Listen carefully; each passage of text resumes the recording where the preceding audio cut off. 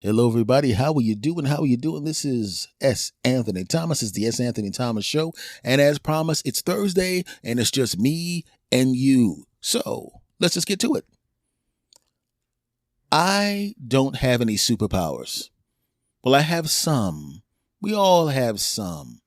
But I don't have a superpower like my grandpa had a superpower, right? And it's not the kind of superpower that's necessarily something you could use, right? He would do this thing where we'd sit on the porch of the house and he'd be sitting there telling us stories we really didn't want to hear. We just wanted to go out and play. Right? And then he would stand up and he would hold one nostril. He'd take a deep breath and go, "Perfect!"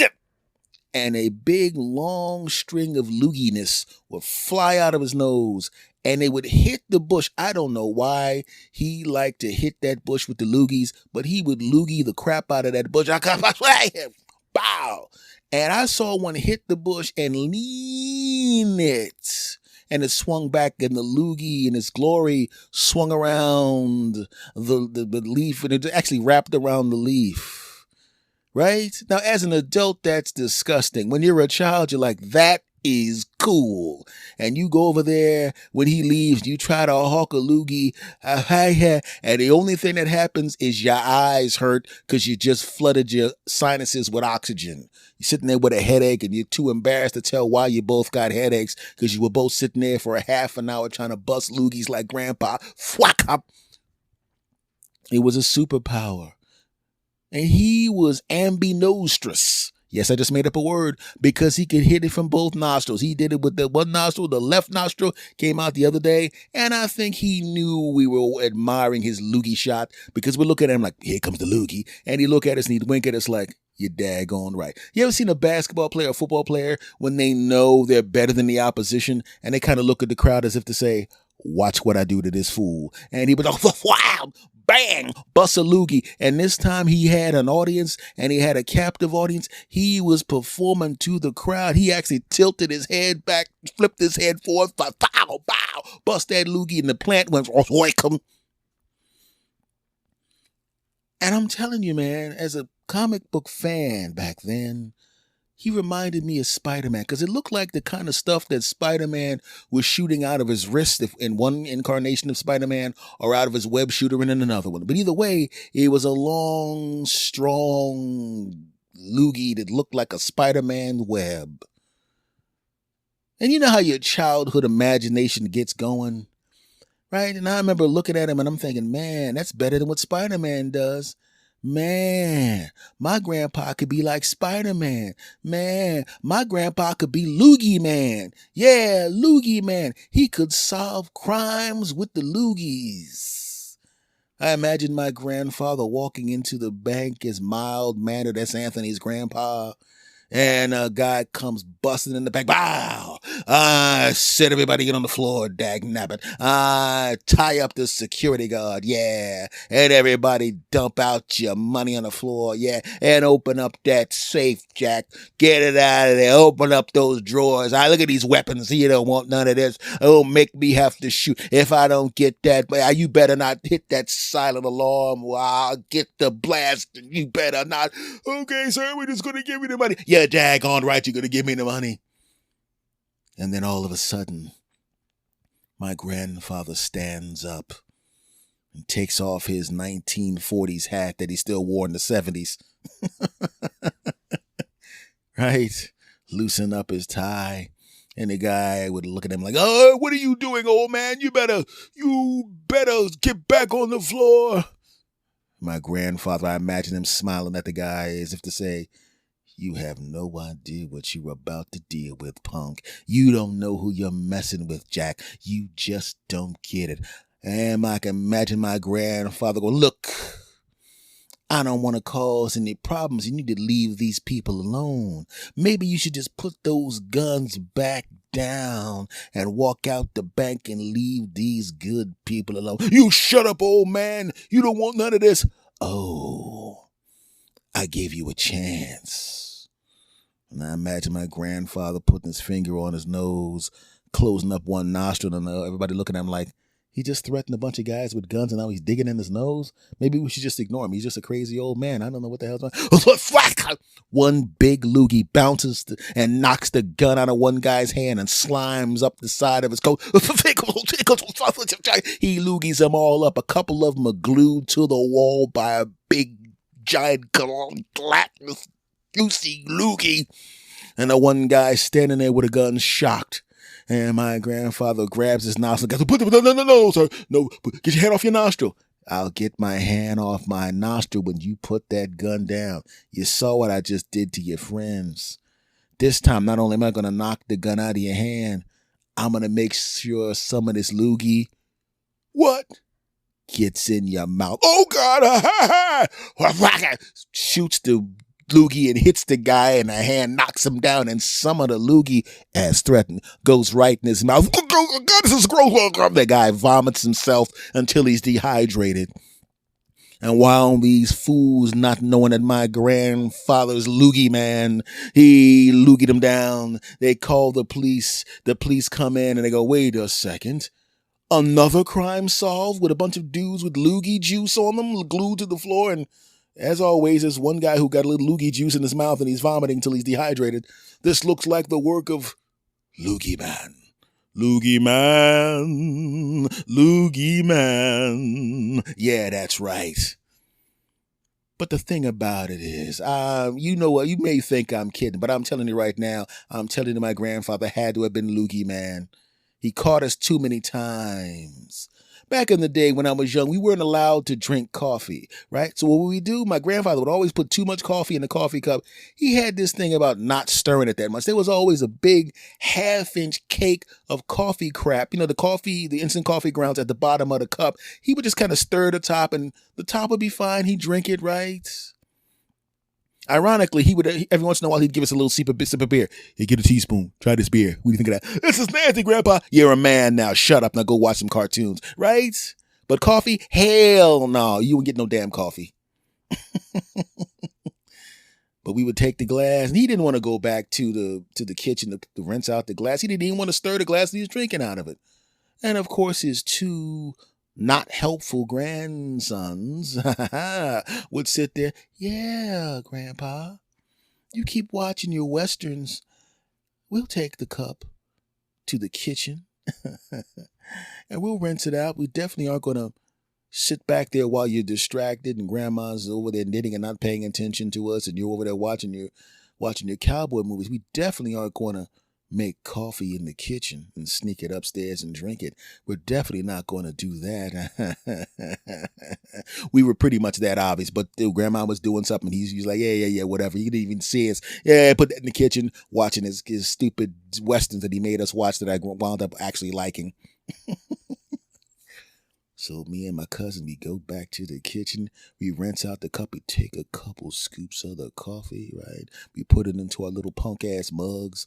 Put a little cream in there. Put a little sugar in there. You daggone right. Hot water from the tap. Right? We walk out to start a mini conversation, making it a point to make sure he sees his cup clean. Oh, yeah. His glass, I should say, because you can see through it. See his glass clean. So he would just assume we cleaned out the cup. Yeah, there's no coffee in that cup. There's definitely not a couple of kids in the kitchen getting the spoon, scooping out a little bit of the coffee. Yeah, putting it into another cup. Yeah, mixing it up real good. Yeah, hiding it under the toys. They're taking upstairs all the way up to the third floor of the house. Oh no. Nothing suspicious there. Why would kids want to go outside when they can have all the fun of playing in the back of the house on the third floor? Oh, there's nothing suspicious about that at all. We go up the steps. Right? We were even smart enough to smack some toys around and make it sound like we were playing. But parents and grandparents know what it sounds like when you're really playing and when you're making exactly the same move on the floor with a car. They're not stupid. And by now you would have been fighting, or even if you're not fighting, because I didn't really fight with my cousin like that, you would at least be overly enthusiastic and stomping around, and they'd have to yell every 17 minutes or so, "Well, you stop stomping up there. It's okay if you play, but stop stomping." But we were quiet, way too quiet. And the moves on the floor with the toys were way too regular. Oh, we thought we were slick. Our little punk asses weren't slick. We're sitting there waiting. Take the cup off the mug. He takes the cup off his mug. And we're about to enjoy the sweet nectar that is the coffee we are not allowed to drink because they said that we were too young to drink the coffee, but we're about to drink the coffee. And I'm moving the cup up towards my lip. He's moving the cup up towards his lip. We're looking at each other like, yeah, we're about to enjoy this good coffee goodness, glug, glug, glug. And just as we're about to put the coffee mugs to our mouths in synchronicity, Lougieman, how'd he get in the room? Oh, no, he's grabbing his nostril. Okay, grab. Y'all drinking some damn coffee, huh? Dump it out. I don't want to watch you dump it out. Glug, dump it out. Trying to be slick. Lougieman goes back down the steps. We're sitting there ticked off, realizing we should have just quickly slammed the coffee in our mouth instead of trying to enjoy the moment. Oh, man. Right? He goes downstairs, and we're upstairs. We didn't curse at that age, but we were definitely saying bad stuff about him. He stinks, he stinks. And unfortunately for us, we didn't realize that Lougieman, much like Batman, had a sidekick. It was a sidekick, my grandma, who could easily get up the steps in them slippers without you hearing anything, right?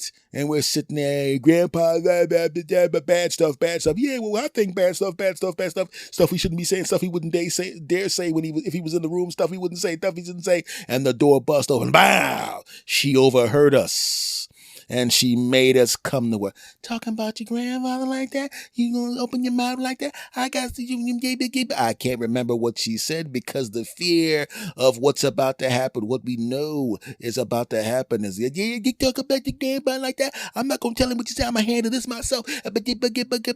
And before we know it, both of us got popped in the lips. Right? And before you can start crying, another couple of pops. Pow, pow! Both one hand, both lips. Pow, pow! We're young. She's old, but she popped us both in the mouth. Pow, pow! Oh no, she has a superpower too. Oh, we didn't realize it. We were aware of the superpowers of Lougieman, but we didn't realize he had a sidekick. And his sidekick was Lipsmack. That's right, the dynamic duo of Lougieman and Lipsmack. I wonder if they solved crimes. Right? I wonder. Imagine that same bank scenario. Lougieman hitting all those criminals, knocking them down. But they didn't realize no one was paying attention. And while Lougieman is tying these guys up with loogies, another guy walks in. The getaway driver. He also has a weapon. Oh no. Is this the end of Lougieman? I mean, he's not bulletproof. He just knows how to shoot really good loogies. If this guy shoots Lougieman, it's over for Lougieman. He pulls out the gun. He aims at Lougieman. He's got an evil smile on his face. Oh no. Lougieman's done for them. Pow! Right in the mouth. Oh, what the hell? Blow! My mouth. Blow! Blow! Drop the gun. I don't want to drop the gun. I'll slap your lips again. Okay, I'll drop the gun. Pow! Right in the mouth. Right? And as she's slapping the taste out of that dude's mouth and making his lips swell up, Lougieman turns around and goes, oh, trying to sneak me from the back, huh? Double loogie. It's a new move I came up with. He pinches the top of his nostrils, not the bottom, the top, and loogies from both noses. Blah! And double loogies the guy. I think he's still in the hospital. Lougieman. And Lipsmack, a new series coming to Netflix.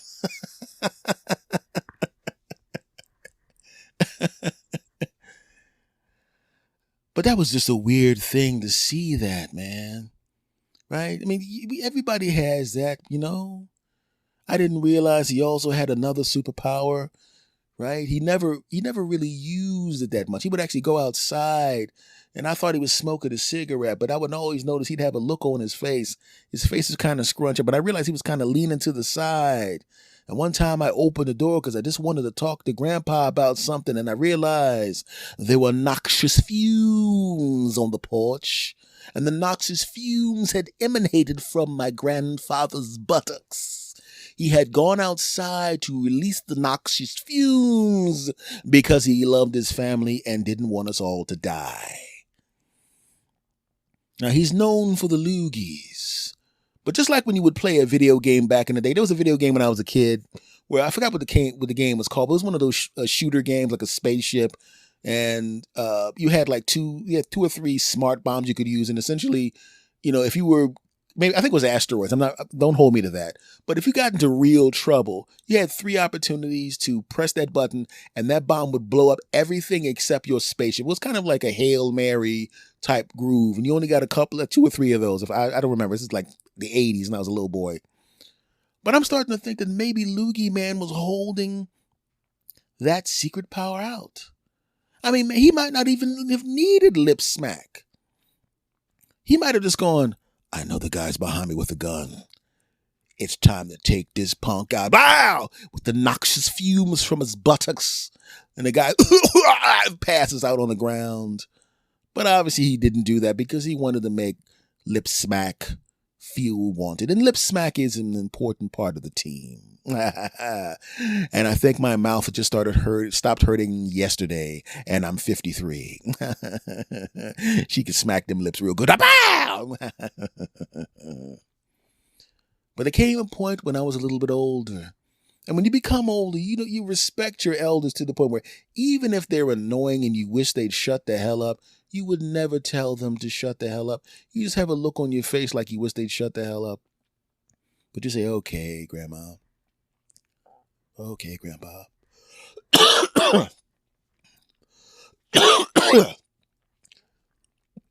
You thought I didn't know that look, boy? I knew you were making that look. That's the look that you don't want to hear what we got to say. Did you just drop some noxious fumes on us? You're daggone right I did. I just gave you a little one, just like that. But I gave you the full one, they would need to wake up in the hospital. I can't hit you with the loogies anymore. You're too fast. But you can't get away from this. Psst, not another one. Grandpa, stop it. Yeah, I just want to let you know what the deal is, punk. But as it turns out, after saving many lives as a superhero, my grandma and grandpa retired from their superhero duties. Every once in a while, when he would walk down the street, he'd run across someone he'd saved. And they'd go, hey, weren't you Lougieman? And he'd go, yes. Yes, I was. And they'd go, I know you don't solve crimes anymore and stop criminals. I know you're retired. But old man, you think you got one more good loogie in you? And he'd, of course I do, son. Throw something in the air. Okay, I'm finished this orange juice. Throw the bottle in the air, son. You gonna loogie it? Yeah. It's too easy. Watch this. Wow! You still got it, old man. Thank you, sir. Thank you. Hey, where's Miss Lipsmack? Ow! Here I am, baby. Oh, my goodness. You smacked me in the mouth real fast, but it didn't hurt. Oh, no, I only smack people in the mouth just to show that I still got it. Now, I don't actually add the extraness where I actually slap the taste out your mouth. I just give you a little pop to let you know I still got the speed. Wow! I know this is weird with you two, but can I get an autograph from you guys? Of course you can, son. Give me that paper. Okay, Lougieman. Baby, you ready to sign too? Let me sign. Lipsmack. Okay, that's great. Well, thank you. I should probably tell you. My mom was at that bank one day when you loogied the guy up and you smacked the crap out of him. I wasn't there. I was actually in her belly. She was pregnant with me. But she always tells the story. And I'm going to go home and tell her that I met you two. And I want to thank you for her. No problem, son. No problem, baby. Right? So just remember, I've been given the superpower of storytelling and comedy and all of that kind of crap. And I'll be honest with you, I did not inherit my grandfather's Lougieman skills or my grandma's Lipsmack skills. But I tell a pretty good story, don't I? And that's my superpower. And also, I have a habit of attracting really cool people to listen to me like you. Storytelling man. Storytelling man. All right, folks. This is S. Anthony Thomas. Thank you for coming back. I will see you next Thursday. Much love to you. Do me a favor, my friends. If you love this podcast, and you do me a favor, rate this podcast, review this podcast, subscribe to this podcast, and please tell a friend to come listen with you. I will be here on Thursdays, and we will have fun every Thursday. Much love to you all. Thank you for everything, you cool bastards, and I will see you next Thursday. Take care.